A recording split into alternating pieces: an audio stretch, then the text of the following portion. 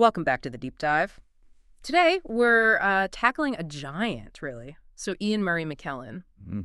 We're aiming to get beyond just, Gandalf and Magneto, important as they are, and really look at the whole picture, the British cultural icon. It's quite a task because those huge roles, Gandalf, Magneto, they brought him global fame, absolutely, but they're relatively recent, really, in the grand scheme of a 6-decade career. Right. A career that started, very traditionally in British rep theater. Yeah. Mastering Shakespeare. So we're looking at the artistry, but also the activism. Exactly. They're intertwined. His life is this incredible blend of serious stage work, blockbuster fame, and this really fierce personal activism. Okay, so our sources give us a pretty detailed map, his career phases, personal life, that activism. And our mission here is to give you, the listener, a solid, quick understanding of how this man went from, Lancashire in the north of England to commanding world stages, starring in massive films, and then using that fame to become, a knighted co-founder of Stonewall. It's quite the journey. It really is an unprecedented path. That mix of sort of high art gravity and just massive popular appeal. And the key thing, I think, is how he used that visibility, that blockbuster fame, to push forward his work in the real world. So let's unpack it. Okay, let's start at the very beginning. Burnley, Lancashire, May 1939. So literally born just before World War II kicked off. Right on the cusp. And the family moved around a bit, Wigan, then Bolton. That early experience, that wartime childhood, it really shaped him. You can see how it would build resilience. Definitely. The sources often point to it when explaining his calmness later. There's that amazing story after 9/11, someone asked why he seemed so sort of together about it all. And his answer was, Well, darling, you forget. I slept under a steel plate until I was 4 years old. Just puts it all in perspective, doesn't it? That constant state of alert almost became his normal. wow, that says so much. In his home life, his father was a civil engineer. And a lay preacher. So, a strong Christian background, but described as non-orthodox. But here's a fascinating detail from the sources, connects to his later activism. Oh. His great-great-grandfather, Robert J. Lowes. He was a campaigner back in Manchester. Campaigning for what? For the Saturday half-holiday, which, sounds small now, but it makes him, as one source puts it, a grandfather of the modern weekend. No way. So that instinct for social campaigning, it's in the family history. Way back, over a century before Stonewall, that drive to, fight for something bigger, it seems embedded. That makes sense. And the theater. When did that start? Oh, very early. His parents took him to see Peter Pan when he was just 3, and he got one of those Pollock's toy theaters, a fold-away Victorian stage. So the seed was planted young. And his older sister, Jean, really nurtured it. Took him to amateur Shakespeare, Twelfth Night, Macbeth. She saw something there. And that led to Cambridge. Yep, won a scholarship in 1958. St. Catherine's College, reading English literature. He's an honorary fellow there now, actually. Yeah. But the real action was the Marlowe Society. Right, absolutely. That was his training ground. The sources say he did, get this, 23 plays in 3 years. 23? That's intense. Totally. And he was being directed by future legends, Peter Hall, Trevor Nunn. They were all there. So when he graduated, he was already plugged into the professional theater world. So the transition was smooth. Pretty much immediate. Professional debut in 1961, Belgrade Theater in Coventry, A Man for All Seasons. Yeah, right. Then his first West End show in 1965, A Scent of Flowers. And he joined Laurence Olivier's National Theatre Company not long after. Pretty prestigious start. But the real breakthrough, the moment that signaled maybe his willingness to provoke, came in 1969, Prospect Theatre Company. He played the leads in Richard II and Marlowe's Edward II. Okay, Edward II, that caused a stir, didn't it? It did. The play itself deals with a homosexual king's downfall. And this production, it didn't shy away from it. The sources talk about the controversy around the lurid death scene. Why was that so controversial back then? Well, portraying a historical gay figure with that level of dramatic weight and explicitly showing the brutality of his death linked to his sexuality and the intolerance around him, it was pretty radical for 1969. So even then, he was using the stage to challenge things. Seems like it. Highlighting intolerance, pushing boundaries. It kind of foreshadows his later activism, wouldn't you say? Definitely. Okay, so the 1970s, he becomes a real pillar of the British stage. Absolutely. He's basically commuting between the Royal Shakespeare Company, the RSC, and the Royal National Theatre, just dominating. This is where he really honed that incredible technique. And tackling the big roles. Oh, yeah. Romeo in 1976, Leontes in The Winter's Tale in 1977. And those legendary Trevor Nunn productions with Judi Dench Macbeth and Othello, where he played Iago, critically acclaimed, award-winning stuff. And the awards did start coming thick and fast in the UK, the He Oliviers. started racking them up. Pillars of the Community 77, The Alchemist 78. But then came the big leap across the pond, Broadway. Exactly. 1980. Peter Shafter's play. McKellen took on Salieri, the jealous composer obsessed with Mozart. And Tim Curry played Mozart. Yep. Tim Curry is Mozart. Jane Seymour was in it, too. And McKellen Salieri, it just blew people away, elevated him from, respected British actor to genuine international star. The critics loved it. Frank Rich at the New York Times. Rich nailed it. He said McKellen showed Salieri's descent into madness in dark notes of almost bone-rattling terror. He wasn't just playing envy, it was like existential collapse. And that performance won him the Tony. Best Actor in a Play, 1981. That Tony win cemented his status over there. Gave him real clout, transatlantic clout. But he didn't just stay in the U.S., did he? He kept working back in the U.K., picking up more Oliviers. Right. He won for Bent in 1979, which is significant. Why Bent specifically? Because it dealt with the Nazi persecution of gay men. So even before he came out publicly, he was choosing roles that explored queer history, queer suffering. It was a form of advocacy through his work, even then. Interesting. And he won for Wild Honey, too, Chekhov. He did. He took Wild Honey to Broadway in '86, but that one had a bit of a mixed reception, actually. Oh, how so? Well, critics like Frank Rich, again, praised McKellen himself, his bravura and athletically graceful technique, but felt the rest of the cast couldn't quite keep up. So his own brilliance almost highlighted weaknesses elsewhere. Kind of. It showed how commanding his presence was. If the production wasn't uniformly strong, you noticed it. A testament to his power, in a way. And then he returned to Shakespearean villainy with Richard III. Oh, that 1992 stage production was immense. Toured everywhere, won him another Olivier. And people loved his take on Richard, that sort of sly conspiratorial connection he made with the audience. You were in on the joke almost. And that particular approach to villainy, that self-aware quality. That set the stage perfectly for his next big move, translating that same energy, that same character, onto the big screen. Which brings us to a major turning point. Right, the leap to screen stardom. It wasn't overnight, though, was it? His first film was way back in '69. Yeah, A Touch of Love. His first lead film role wasn't until 1980, playing D.H. Lawrence in Priest of Love. For a long time, he was more of a supporting player in films. Exactly. Respected, always good. Yeah. Popping up in films like Plenty with Meryl Streep or smaller parts in things like Last Action Hero, The Shadow in the early 90s. Solid work, but not career-defining like his stage roles. Until the 1995 Richard III. That felt different. Completely different. Because he wasn't just starring.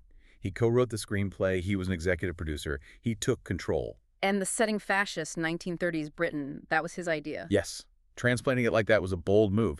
He showed he was bringing that high-concept RSC-style thinking to cinema. And his commitment was total. How so? As executive producer, when they ran short of money for the final battle scene, he returned his own £50,000 acting fee to make sure it got filmed properly. Wow, he literally put his money where his mouth was. Absolutely. It showed how invested he was in that specific vision. And critics really responded to that intelligence, that ambition. Hal Hinson called it lethally flamboyant. And Roger Ebert praised how it captured Richard's self-awareness, calling him one of theater's first truly self-aware characters. It got BAFTA and Golden Globe nominations, won a European Film Award. It worked. And that success opened doors to more dramatic screen roles. Definitely paved the way. Late 90s, he did some really meaty, complex stuff. The chilling Nazi officer and apt pupil. Bryan Singer directed that, right? Yeah, based on Stephen King's story. And then the big one, playing the film director James Whale in Gods and Monsters. Also 1998, Bill Condon directed that. And Gods and Monsters got him his first Oscar nomination. Best Actor. Finally. After nearly 40 years as a professional actor, it was a complex, vulnerable, brilliant performance. So he's playing Nazis, aging gay directors, showing incredible range. Exactly. He proved he could deliver that Hollywood prestige drama. But just as he gets that recognition, he pivots again, radically, towards the blockbuster. Enter the X-Men, 2000, Magneto. Back with Bryan Singer. And this leads to that great Patrick Stewart story. Ah, yes, the Star Trek advice. It's classic. Stewart gets offered Captain Picard in Star Trek, The Next Generation. McKellen, the serious theater guy, apparently told him, don't do it. It'll ruin your career. He must have loved reminding him of that later. Oh, I'm sure. McKellen admitted Stewart was smart to take it, and then what does he do? He joins the superhero franchise himself as Magneto. It shows a shift in thinking, though, maybe realizing the power of those franchises. I think so. A strategic move. If you can reach that massive audience, why not? And use the platform it gives you. Which became even bigger when he took on Gandalf. Exponentially bigger. While he was still filming X-Men, he got cast in The Lord of the Rings. First trilogy from 2001, then the Hobbit films later. Gandalf basically made him immortal. And brought more awards recognition. Yeah. Another Oscar nomination. Supporting actor for Fellowship of the Ring won the Screen Actors Guild Award too. But beyond the awards, it was the experience, the bond with the cast. The tattoo. The Elvish 9 tattoo. Almost all Fellowship actors got one, symbolizing their group. McKellen, Elijah Wood, Viggo Mortensen, Orlando Bloom. Didn't John Rhys Davies pass on it? Gimli? He did, but his stunt double got it instead, which is kind of perfect. It just shows what a unique, tight-knit experience that filming must have been. So, post-Middle-earth, he didn't slow down. He kept mixing it up. The Da Vinci Code in 2006. Yep, and that led to one of his most talked-about interviews, didn't it? Where he questioned the Bible. Right, suggesting it needed a "this is fiction" disclaimer. Yeah, he said, walking on water, it takes an act of faith.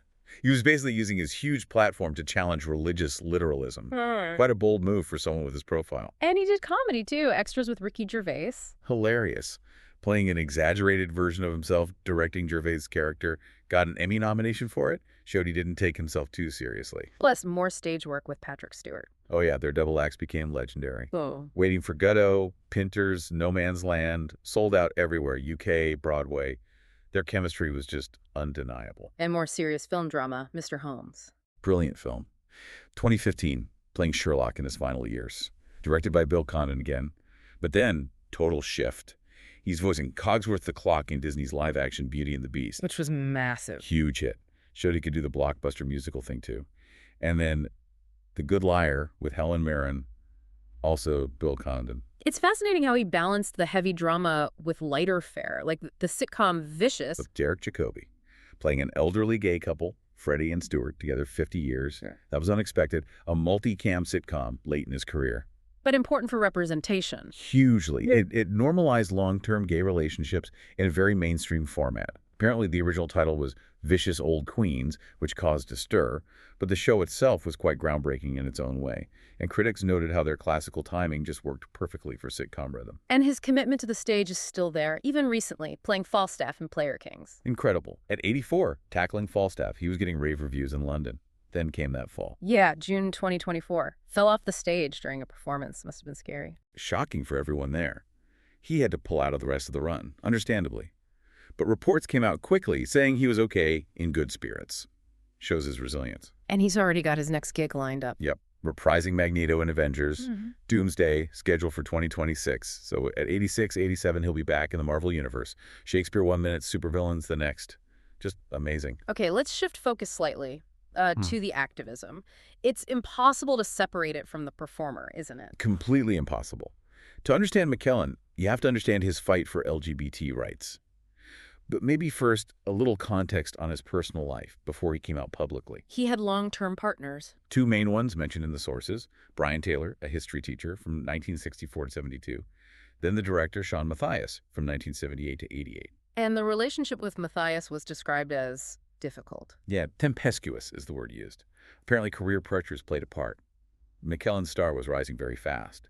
But significantly, they stayed friends and worked together later. Mathias directed him in Waiting for Godot with Stewart, right? Exactly. Shows a certain maturity, a professional respect that endured. And just for context, he's also an atheist and has been pescatarian since the late 80s. Right. So the big moment, coming out publicly in 1988. On BBC Radio, on a program called Third Ear. But this wasn't just a personal announcement, it was absolutely a political act. Triggered by Section 28. Precisely. The government introduced Section 28 of the Local Government Act, which basically banned local authorities from promoting homosexuality. What did that mean in practice? It meant schools, libraries, public services couldn't acknowledge gay relationships as valid or normal. It effectively silenced discussion, denied support to young gay people. It was designed to push gay lives back into the shadows, reinforce shame. And McKellen saw the danger immediately. He knew he couldn't fight a law demanding invisibility while remaining invisible himself. He later said, and it's a powerful quote, "I have many regrets about not having come out earlier, but one of them might be that I didn't engage myself in the politicking. That regret fueled immediate action. Which led to co-founding Stonewall. Yes, the UK LGBT rights group, named after the Stonewall riots. And he instantly started using his profile to challenge the establishment. Which brings us to the Michael Howard story. Oh, the legendary story. Yeah. 1988, Howard was Environment Secretary responsible for the act. McKellen lobbies him hard against Section 28. Howard won't budge. But then Howard asks for an autograph. for his kids, McKellen agrees, takes the paper, and writes. Fuck off, I'm gay. Exactly. Just perfect defiance. Celebrity, anger, politics, all colliding in that one moment. It became iconic. A real rallying point. And he embraced his identity publicly, even after getting knighted in '91. The Serena nickname. Yeah, apparently Stephen Fry gave it to him. And McKellen used it himself at the Gay Games closing ceremony in '94. I am Sir Ian McKellen, but you can call me Serena. Taking an establishment honor and sort of repurposing it. Totally. Owning it, making it a point of pride for the whole community. Yeah. Using that Sir to amplify the message, not hide behind it. And his activism went international, too. Oh, yes. Pushing boundaries everywhere, like that famous interview in Singapore. Very conservative place, where he just casually asked the morning show host for a recommendation for a gay bar. Caused a bit of chaos, I imagine. Apparently, they cut the interview short pretty quickly. But that was his style, fearless, using his platform to normalize things, even if it made people uncomfortable. He also worked with charities outside LGBT causes. Yes, Age UK is one he supports strongly. And his love for theater came through when he helped raise funds to rebuild the Isaac Theatre Royal in New Zealand after the Christchurch earthquake, giving back to the institutions that supported him. And a nice personal touch, officiating Patrick Stewart's wedding. Became ordained just for that purpose in 2013. Lovely gesture between old friends. And his activism was formally recognized, too. Yes. In 2014, made a Freeman of the City of London. And the citation specifically mentioned his work for gay rights, putting his activism on par with his artistic contributions. It's seen as equally important to his legacy.